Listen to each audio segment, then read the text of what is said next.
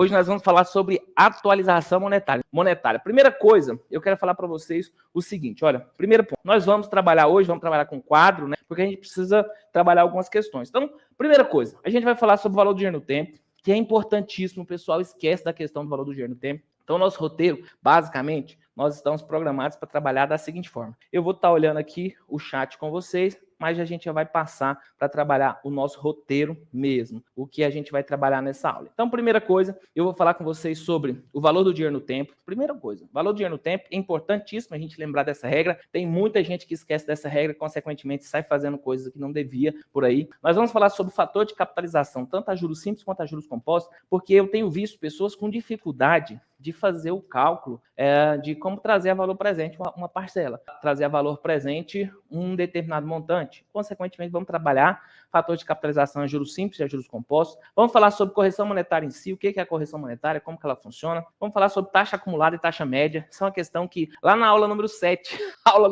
nós falamos sobre atualização monetária e ficou para trás essa questão. Agora na aula número 99, retomamos esse assunto para a gente matar essa questão de taxa acumulada e taxa média, porque eu estou vendo gente apanhando em fazer taxa acumulada, taxa média, que é coisa muito simples, coisa básica da matemática financeira, mas tem gente apanhando, então nós vamos trabalhar aqui também dentro da nossa comunidade. Vamos trabalhar com indicadores de inflação, então vamos trabalhar com 4 indicadores principalmente, que são os que a gente mais usa, tá bom? Edilson, existem só esses? Não, no Brasil nós temos um monte de indicador de inflação. Vamos trabalhar com 4, INPC, IPCA, IGPM e INCC. Vamos trabalhar aquela questão da taxa nominal e taxa efetiva e vamos trabalhar aquela questão de taxa aparente e taxa real. Tá? Então, esse é o nosso roteiro da nossa conversa de hoje. Vamos começar falando sobre o básico, né? O valor do dinheiro no tempo. Então, o básico da matemática financeira, que é valor do dinheiro no tempo. E é muito básico, é coisa da primeira aula de matemática financeira, mas ainda tem muita gente que embanana nesse conceito do valor do dinheiro no tempo. O segredo, gente, é você entender que dois valores que estejam em datas diferentes, eles não representam a mesma quantia de forma nenhuma.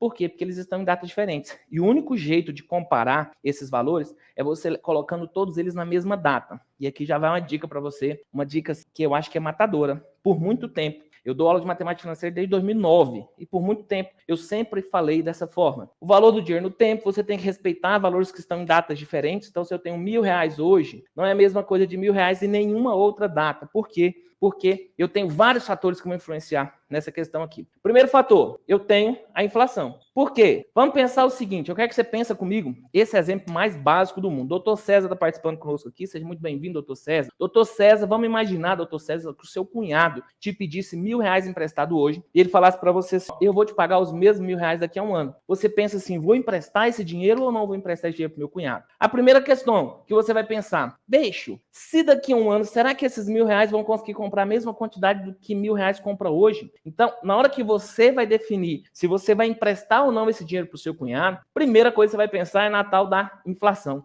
Você vai falar, olha, eu não sei se o meu cunhado, se daqui a um ano eu vou conseguir comprar a mesma quantidade de coisa. Logo, eu tenho que ter uma remuneração. Que remuneração é essa? Que seja no mínimo suficiente para recompor o poder de compra. Que seja suficiente no mínimo para fazer a correção monetária dos valores, a atualização monetária dos valores. Então, na hora que o doutor César for pensar em emprestar o dinheiro para o cunhado dele, ele vai olhar e falar assim, peraí, quanto que vai ser a inflação daqui a um ano? Ele vai projetar essa inflação e vai pensar assim, olha, então eu tenho que emprestar esse dinheiro, se eu for emprestar esse dinheiro para o meu cunhado, eu tenho que emprestar esse dinheiro pensando pelo menos em recuperar a tal da inflação. Então, inflação é um dos componentes que vão determinar essa questão do valor do dinheiro no tempo. Outra coisa que você vai pensar na hora que você for fazer, você vai falar, peraí, mas e o risco desse cara não me pagar? Tem um risco, afinal de contas, estamos falando do cunhado, né? Então, tem um risco do cunhado não pagar. Ele vai olhar e falar assim, peraí, mas para eu cobrar, para eu poder emprestar dinheiro para ele, ele vai ter que me remunerar esse risco. A gente sabe que tem vários tipos de risco. Eu vou retomar esse assunto lá no curso de matemática financeira para perito. Por enquanto, você só precisa entender que tem inflação, tem um risco. Além disso, eu tenho o meu custo de oportunidade. O que é meu custo de oportunidade? Olha, se o doutor César deixasse esse dinheiro na caderneta de poupança, ele teria algum rendimento. Então, o mínimo que ele tem que cobrar do cunhado dele é o custo de oportunidade, o quanto que ele ganharia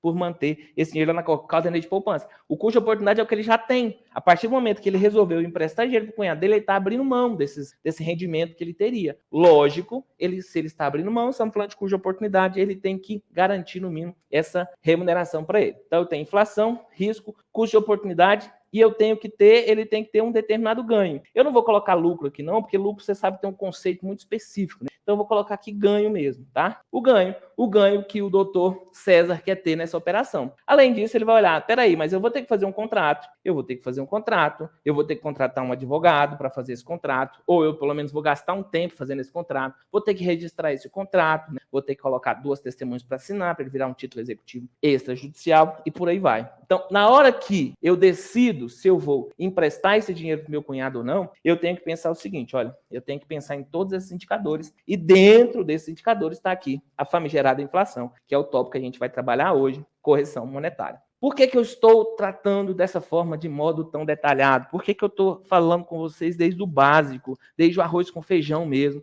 para que você possa entender o seguinte, R$1.000 hoje não é igual a R$1.000 em nenhuma outra data. E toda vez que você for comparar valores que estejam em datas diferentes, você precisa colocá-los na mesma data. E desde 2009, que eu dou aula de matemática financeira, eu falo para as pessoas, ou você pega esse dinheiro e leva para a data final, ou você pega esse e leva para a data inicial.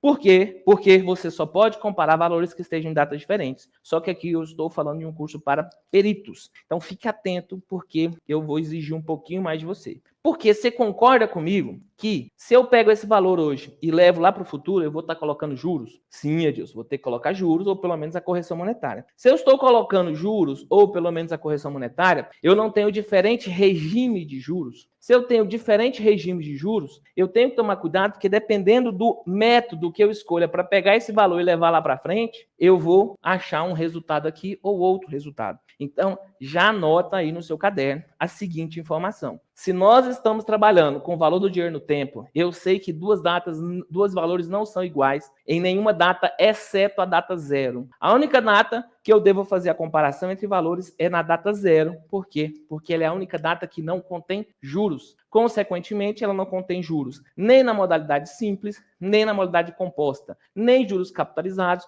nem juros não capitalizados. Consequentemente, quando eu estiver trabalhando com o valor do dinheiro no tempo e eu quiser comparar dois valores que estejam em datas diferentes, sempre vou pegar esses valores e vou levar para a data zero. Ora, sempre valores na data zero. Primeiro ponto importante do valor do dinheiro no tempo. Ora, se eu estou falando de dois valores que estão em datas diferentes, eu preciso remunerá-los a uma determinada taxa. A uma taxa adequada. Como o nosso exemplo aqui era o Dr. César emprestando dinheiro para o cunhado dele, ele vai analisar todos esses indicadores, vai encontrar uma determinada taxa de juros que ele acredite que seja suficiente para remunerar a inflação projetada, para remunerar o risco dessa operação, o custo de oportunidade que ele está tendo, lembrando que o custo de oportunidade é diferente para cada pessoa, né? O ganho que ele quer ter com essa operação e os gastos que ele quer ter com esse negócio. O brinquedo hoje é entender que se eu tenho valores em duas datas, eu preciso levá-los para a mesma data. E o modo mais correto,